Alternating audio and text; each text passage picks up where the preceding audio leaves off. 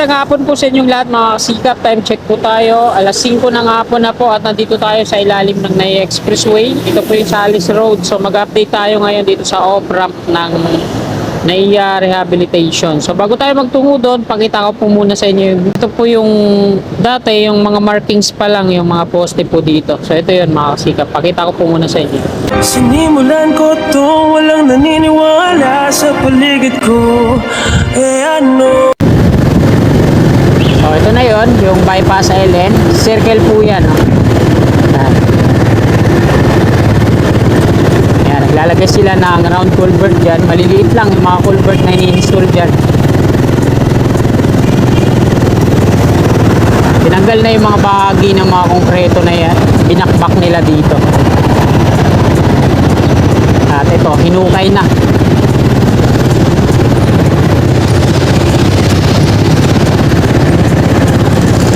Nandito tayo sa mismong ginagawa nilang pavement. Pansin natin na ito yung binakbak nung nakaraan. Ito na ngayon, hinuhukay na.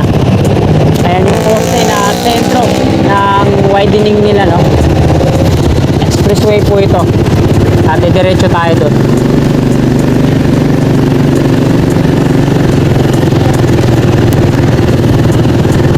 Itong nakatambak dito, ito po yung bahagi ng mga gutter na tinanggal nila dun sa ilalim, harapan ng NAIA Terminal 3. Gamit yan. Ayan yung ginagamit nila pang buhat. At ayan naman yung ini-install nila dyan, yung mga tinanggal nilang gutter. Dami mga round culvert po dito. So habang ginagawa nila yung pavement ay nag-install naman sila dito ng mga round culvert. Maliliit lang. 3 lane yung nandito.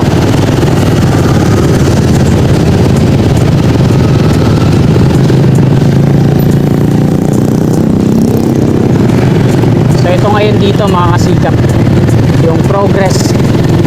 Bali tapos na yung pavement. Ito na lang, may mga bahagi na lang na ginagawa dito dyan sa unahan.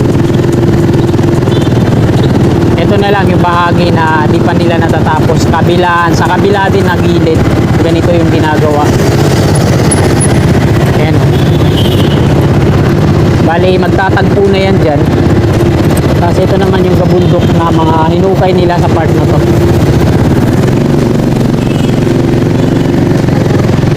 Dito yung mga equipment nila.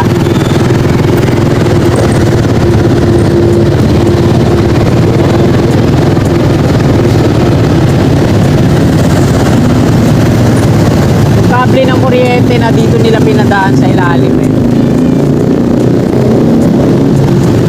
Doon tayo mag-U-turn kasi may papakita ako sa inyo yung mga bilog doon sa sidewalk sa gilid. Kasi laki ng mga ganito.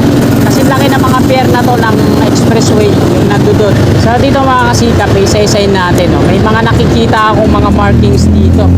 Kasi laki na mga pier dito sa sidewalk sa kanan. So di natin alam kung anong gagawin dito, no? Wala kasi akong ma-research na plano about po dito sa harapan ng NAIA Terminal 3. Part pa ito ng rehab na gagawin dito sa NAIA Terminal 3, ano? Gagawin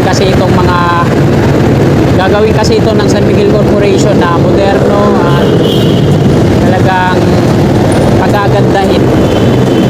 Saan kaya ito mga kasikap, yan, ito yung mga markings na to, kulay pula, malaking bilog to. So dahil madilim na, di natin makita, no? Yan, isa na to, yung pula na yan. Tapos meron din dito, ito mga kasikap. So meron din dito, ito. Yan, malaking bilog na to kasi laki na. Mas malaki pa dyan sa pier na yan, oh. Nakalagay dito 0 tapos BP 25 meters. Yan. Pangalawa na to, yung bilog na to, malaki, ano? Mas malaki pa dito sa pier na to. Tapos mayroon pa yan dito. Yan, ito naman yung pangatlo. Yan, mas malaking bilog pa to, no? Ayan, oh. So sana nakikita nyo, no? Nakalagay dito BP-03. Yan. Tapos 2.552 meters. Ayan. Pangatlo to, no? Tapos dito din meron.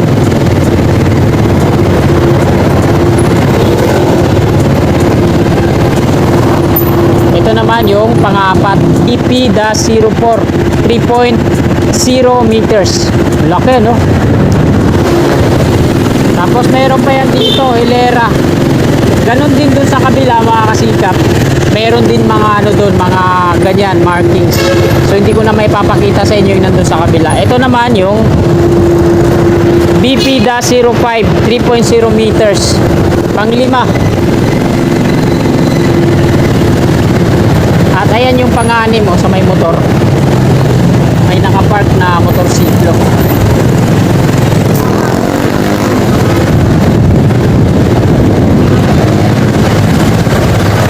So ito yung pang-anim, mga kasikap po. Ayan. BP-06.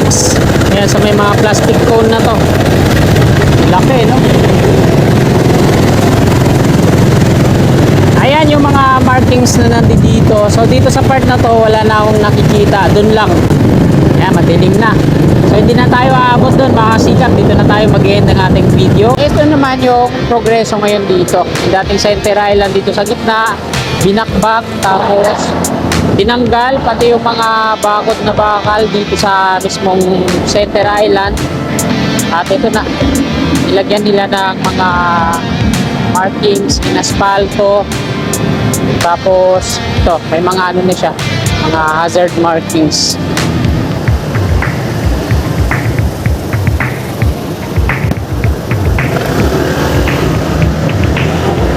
Salis Road po ito dito.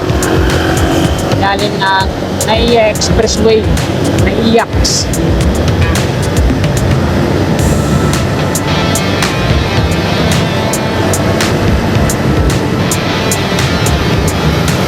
Sa kabila, pinailaw na yung mga LED light na naka-install dito sa ilalim.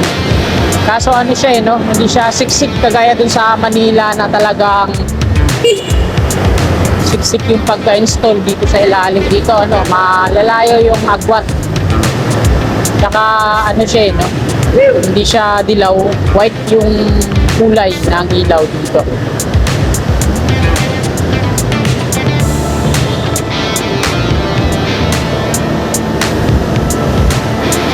Patungo ako dyan sa Villamor Airbag sa kaliwa.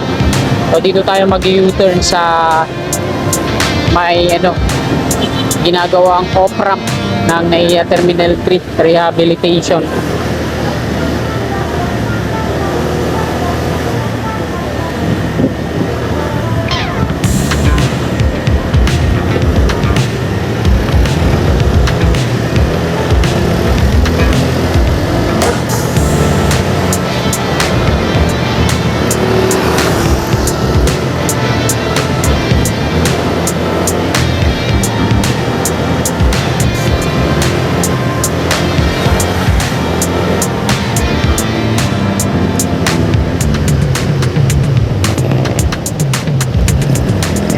Newport City, Pakanan. Ito naman yung on-ramp sa kaliwa natin sa mga magtutungo ng NAIA Terminal 1 and 2, Cavitex, Macapagal Boulevard. Sa kaliwa natin yung on-ramp. Sa harap naman natin yung footbridge. Yan. Elevated walkway. Patungo yan dun sa arrival at departure sa mga walk-in lang. No? Dito yun yung mga kiyatan sa kanan. Sa may McDo.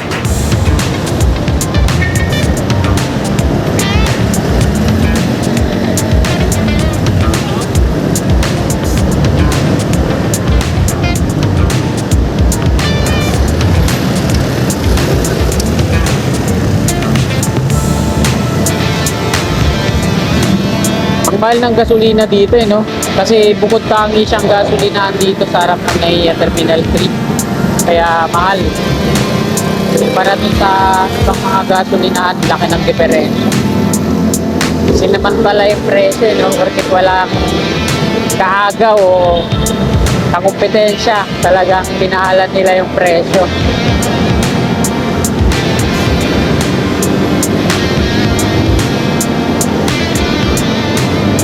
Ito po yan sa kanan natin. Yan sa may mga plastic barrier. Savoy Hotel po ito dito sa kanan natin. At dito po yung umpisa na. Yan yung mga pier columns ng OPRAM. Mula dito sa Nai Expressway. Pagpatungo kayo ng arrival at departure, galing kayo ng Bikutan, yan, Caloocan, galing kayo ng Quezon City.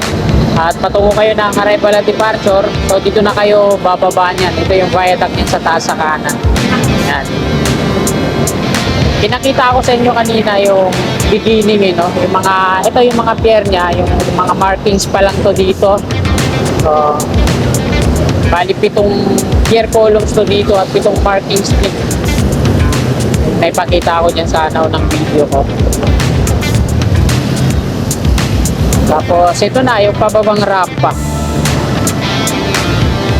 Ano, may parapet wall na to dito mga kababayan. At dito na nga sila sa unahan. So, naglagay sila dito ng ano, walkway. Ayan o. Pinormahan na rin dito, no? Ito yung phenolic board yung ginamit nilang forma. So, andyan yung excavator, pinapantay na rin. Tapos ayan o, ginamitan na nila ng ruler. Pinantay na nila. Ayan o. Ayan. Pinapantay na yung pavement gamit tong ruler nila. Tapos sisementoin na yan. Hindi ako makaikot, ano? Dito naman yung exit niyan. Ayan yung counter, no? 4 yung toll booth na gagawin. Ang gagawin natin naman, dito tayo sa dadaan sa may ano, sa baba, sa loob ng sa harap ng arrival at departure. Pakita ko sa inyo yung ano, yung lobby na nilalagyan nila ng bubong. So, bawal tayo dito sa lobby sa taas. Ayan, pinagbabawalan umakyat diyan yung mga motorsiklo. Yung motor dito lang sa baba. Ayan, may mga bantay pong gwardiya yan diyan. Saka hindi rin pinatadaanan doon kasi ginagawa po yung lobby doon. Sinakop nila yung hanggang dito sa kaliwa. Lagyan nila ng mga steel frame structure, bubungan nila. Dito lang tayo sa baba. Parking dito sa kanan, ito yung entrance niya. Car park. Meron daanan dito ang motorsiklo, kaya dito tayo. Yan yung lobby na sinasabi ko. Hanggang doon yung sa unahan, lalagyan nila ng bubong.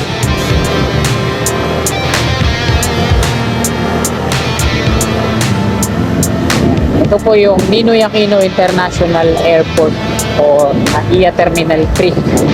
Ayan o. Kompleto na no? Yung steel frame structure. Bali, bubong na lang kulang dito. Puro bakal yung ginamit. Pero pangit din naman nila gawa ng ano, sintada o concrete kasi mas lalong bibigat yung bubuhati ng lobby na yan, yung viaduct. Kaya puro bakal lang para pag mas magaan. Patungo dito sa parking. Ito yung mga itong galing dito sa arrival at departure.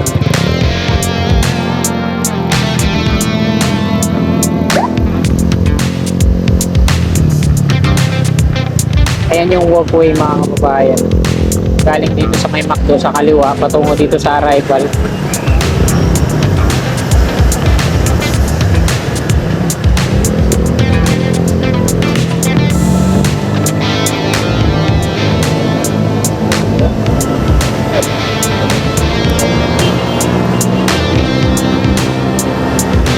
Laki nag-CR nila dito. Kaliwa natin yung dating parkingan ng mga motorsiklo at bisikleta.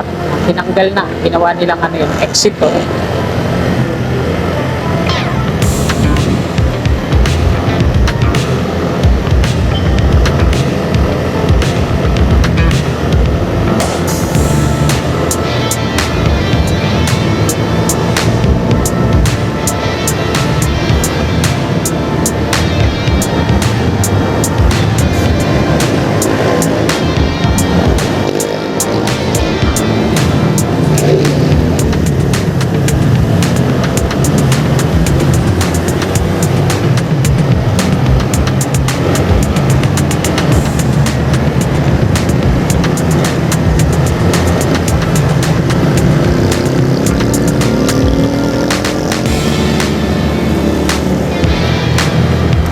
Ayan mga kasikap, nandito na tayo sa Villamor Air Base. Ito po yung Aerospace Museum.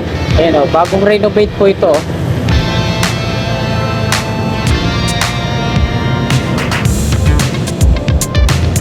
Dito muna ako, hinto.